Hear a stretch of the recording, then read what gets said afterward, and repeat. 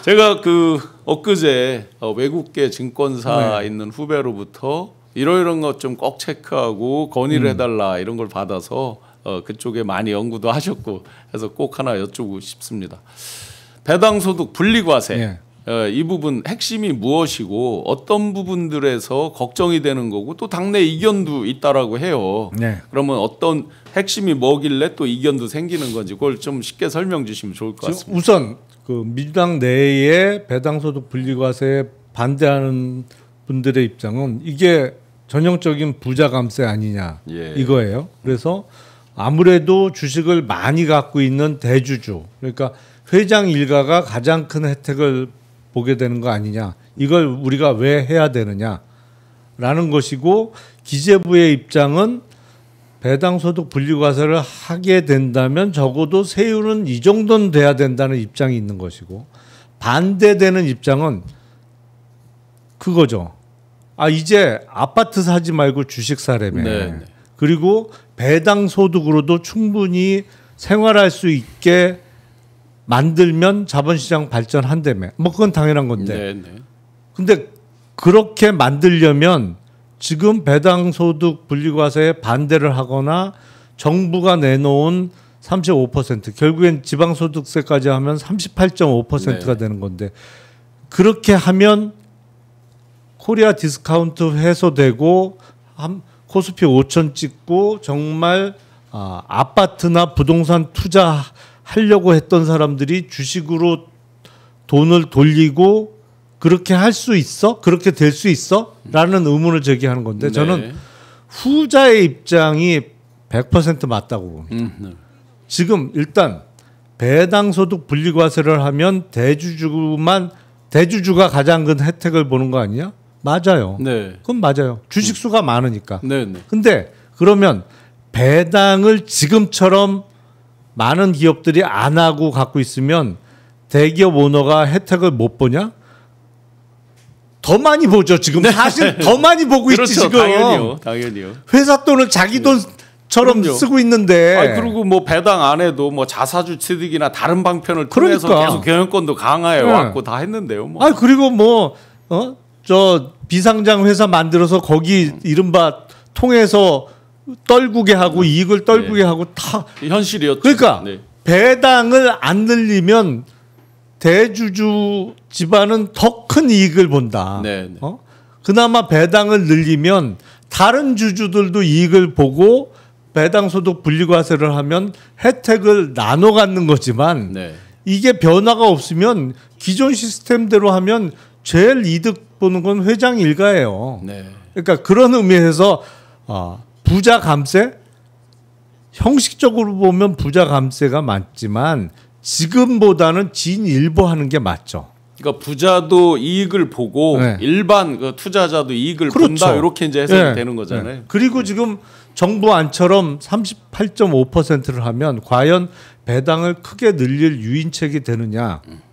자, 일반 그 소액 투자자들은 우리가 주식 양도 차익에 대해서는 세금을 안 내죠. 대주주 요건에 해당되지 않으면 주식으로 돈을 벌어도 세금은 없어요. 그렇죠. 주식 거래세, 증권 거래세만 있는 거죠. 현재 그건 거래세고. 근데 대주주, 회장 일가는 지배주주들은 주식으로 양도 차익을 내면 세금을 내죠. 그게 세율이 얼마예요? 25%예요. 근데 배당소득 분리과세 한다고 하면서 국세 부분만 해도 35%를 내면 대주주 일가가 보기엔 배당하지 말고 회사에 유보금 계속 쌓아놨다가 내 주식을 비싸게 팔면, 더군다나 우리나라 특유의 경영권 프리미엄까지 받으면 여기에 대해서는 소득의 25%를 세금을 내는데 내가 중간중간 계속 배당을 받으면 35%를 내야 돼. 어떤 게 이득이에요? 지금 아주 중요한 말씀 주셨는데 경영권 프리미엄에서 소위 이제 선수들 시중에서 이제 뭐 이런 M&A를 통해서 이제 부를 축적해 나가는 선수들, 회사에서 배당을 안 하고 만약에 현금이 회사에 100억이 쌓여 있다. 자기 돈이 아니잖아요. 근데 자기 지분은 예를 들어 20%다. 그랬는데 매각을 할 때 프리미엄을 뭘로 계산하면 회사에 있는 현금을 거기다 가산시켜서 프리미엄을 한단 말이에요. 자기 돈이 아닌데 비율로 따져도 20%면 20억만큼에 대한 프리미엄이어야 되는데 그냥 온전히 100억을 얹어서 막 팔고 이런 것들이 지금 관행적으로 있단 말이죠. 아니 그러니까 우리나라는 지금까지 잘못된 거예요. 그러니까 사내 유보금을 마치 회장 개인 돈처럼 계산을 해. 양쪽이 다 그렇게 계산을 해요.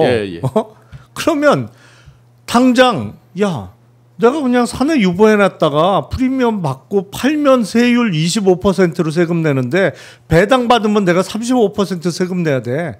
어느 쪽으로 하겠어요. 이른바 경제학에서 얘기하는 합리적인 인간이라면 배당 확대를 할 유인책이 될 수가 없어요. 이거는 미니멈 25%까지는 낮춰야 되는 겁니다. 배당 소득에 대한 분리 과세율을. 이거 지금 배가 산으로 가고 있어요. 당내 그러면 주류 입장은 어느 쪽인가요? 민주당 내에서 여러 이제 이견이 있다고 하는데 그러니까 어느 쪽으로 갈 확률이 높아요? 수만 따지면 25% 세율은 너무 낮다라는 분들이 조금 더 많을 수도 있는데 민주당은 제가 이제 국민의힘에 있다가 여기로 옮겨 보니까 국민의힘보다 공부를 많이 해요. 네. 열심히 해요. 그래서 지속적으로 이런 공부 모임을 통해서 이런 부분에 공감대를 갖게 되는 의원들이 지금 늘어나고 있는 상황입니다. 몇몇 의원들이 또 열심히 하고 있고 그래서 국민의힘 의원들이야 뭐 그동안 저 윤석열 내란 우두머리야 술 먹으러 몰려다니랴 쫓겨다니랴 또 뭐 내란의 밤 때 또 여기저기 피해 다니랴 뭐 이것저것 하느라고 뭐 언제 공부하겠어요? 국민의힘 의원들은 사실은 한경협 그러니까 옛날 전경련 얘기를 똑같이 반복해요. 그래서 뭐 그 특별히 들을 이유가 없어요. 똑같은 얘기를 반복하거든요. 그러니까 거기서 주는 자료 몇 줄 읽고 하는 거예요. 그래서 어떤 철학적인 깊이가 있다고 보기는 어려운데 다만 지금 정부하고 집권 여당인 민주당이 잘해야 되는데 배당소득 분리과세율 35% 지방소득세까지 38.5%로는 코스피 5천은 어렵다. 저는 그렇게 생각해요. 기왕 우리가 부동산에 거의 우리나라 자산의 70% 이상이 집중되어 있는 거죠. 이런 현상을 바꾸고자 정말 개혁을 하려면 개혁은 타격감이 있어야 개혁이잖아요. 그렇죠. 이걸 이런저런 이유로 주저주저해서는 아무 일도 안 된다. 배당소득 분리과세도 당연히 하면서 세율은 최소 25% 이하에서 결정이 돼야 된다. 그게 대주주한테 이익을 주는 것 같지만 지금보다는 개선되는 거다라는 말씀을 드리고 싶고 대주주 요건도 거의 이거는 50억에서 10억으로 내려오는 것 같은데 자 배당소득만 갖고도 먹고 살 수 있게 해주겠다. 물론 그 먹고 사는 수준이 어느 정도 수준이냐가 가장 중요한데 적어도 강남 아파트 살려고 마음먹었던 사람들이 주식으로 돌려서 주식시장에 돈을 집어넣을 결단을 할 수 있는 만큼은 해줘야 된다. 그렇죠. 요새 강남에 웬만한 아파트 치고 50억 안 가는 아파트가 어디 있어요. 근데 이걸 10억으로 낮춘다? 그리고 10억으로 낮춘다는 얘기는 주식 양도 차익에 대해서도 과세가 이루어진다는 얘기인데 그럼 유인책이 안 되는 거죠. 이래 갖고는 안 된단 말이에요. 이래 갖고는 코스피 5천 안 됩니다. 그 시청자 여러분들께 뭐 다 아시는 거지만 간단히 설명을 드리면 우리가 대주주 요건이라 그러면 자꾸 이제 일반적으로는 최대주주를 생각을 해요. 최대주주는 가장 많이 가진 사람이고 이제 일종의 의제 대주주, 최대주주라고 볼 수 있겠죠. 이제 그래서 50억이 넘는 사람을 대주주로 이제 간주하고 그에 대해서 이제 양도세 이런 것들을 중과하는 것들을 했는데 그 요건을 더 이제 금액을 낮춘다. 그러면 주식시장으로 들어올 동기가 거액 자산가들은 그만큼 줄어들겠죠. 그러니까 그 대주주 요건은 방금 말씀하신 거는 코스피 종목은 1% 지분율, 코스닥은 2% 지분율 또는 이제 50억 이상인데 우리가 이게 10억으로 낮춘 다음에 10월부터 이제 주가 떨어진다. 왜냐하면 그 한 종목당 그렇죠. 10억을 피해가기 위해서 이게 연말에 이제 기준 시점이 연말이에요. 예, 말일자 기준이라. 예, 근데 하루아침에 못 파니까 10월부터 주식을 줄인다. 그래서 주가 떨어진다라고 했는데 이걸 그래서 50억으로 올렸던 것인데 다시 10억으로 낮추면 똑같은 현상이 반복될 수가 있고 어떤 분은 그렇게 생각하실 수 있어요. 야, 그게 한 종목당 10억이잖아. 그거면 충분하지. 이 종목 9억, 저 종목 9억, 뭐 분산해서 하면 되잖아. 운영 규모가 커도. 근데 죄송스러운 말씀입니다만 주식 투자를 잘 하는 사람일수록 투자 종목 수가 적습니다. 맞습니다. 아니 저 워렌 버핏 보면 답 나오죠. 그러니까 주식 초보자일수록 투자하는 종목 수가 많아요. 예. 결국에 뭐 이렇게 하다 보면 거의 인덱스 펀드를 만들어 놓는 분들이 많은데 예. 주식을 정말 전문적으로 하고 큰 돈을 투자하는 분들은 투자하는 종목 수가 적기 때문에 많은 종목을 절대 안 하거든요. 그래서 종목당 10억은 너무 적은 금액이다. 이게 자본시장 활성화를 위해서는 우리가 과감하게 남 돈 많이 버는 것도 즐거운 마음으로 봐주고 그런 과정에 나도 많이 버는 거로 가야지. 저 사람 너무 많이 버는 거 아니야? 이래갖고 곤란하다. 그러면 기본적으로 자본시장이 발전하기가 어려워요. 그렇죠.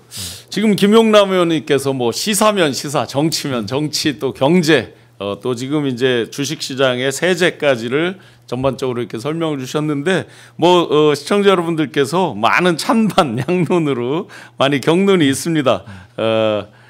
뭐 각자의 위치 어떤 입장에 따라서 의견이 다를 수는 있습니다만 비방 이런 것들은 삼가해 주시면 좋을 것 같고요. 당연히. 그러니까 민주당 내에서도 격론이 이루어지고 있는 거예요.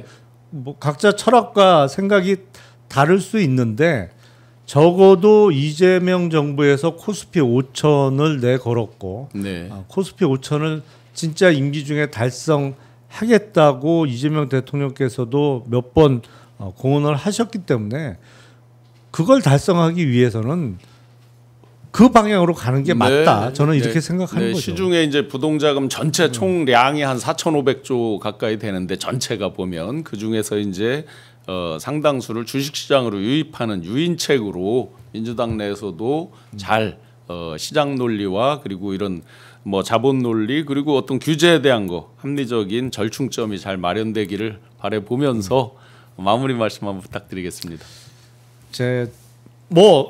다른 생각을 갖고 있는 우리 오마이 TV 시청자들 많으실 거 압니다. 많을 수밖에 없죠. 댓글 보니까 많이 있으세요. 저는 뭐 그게 잘못됐다고는 생각을 안 해요. 근데 그동안 우리가 왜 부동산에 이렇게 그 자산이 집중됐었냐? 경험적으로 알기 때문이죠. 왜냐하면 주식에 투자하는 것보다 부동산에 투자하는 게 수익률이 더 높다. 그리고 더 안정적이다.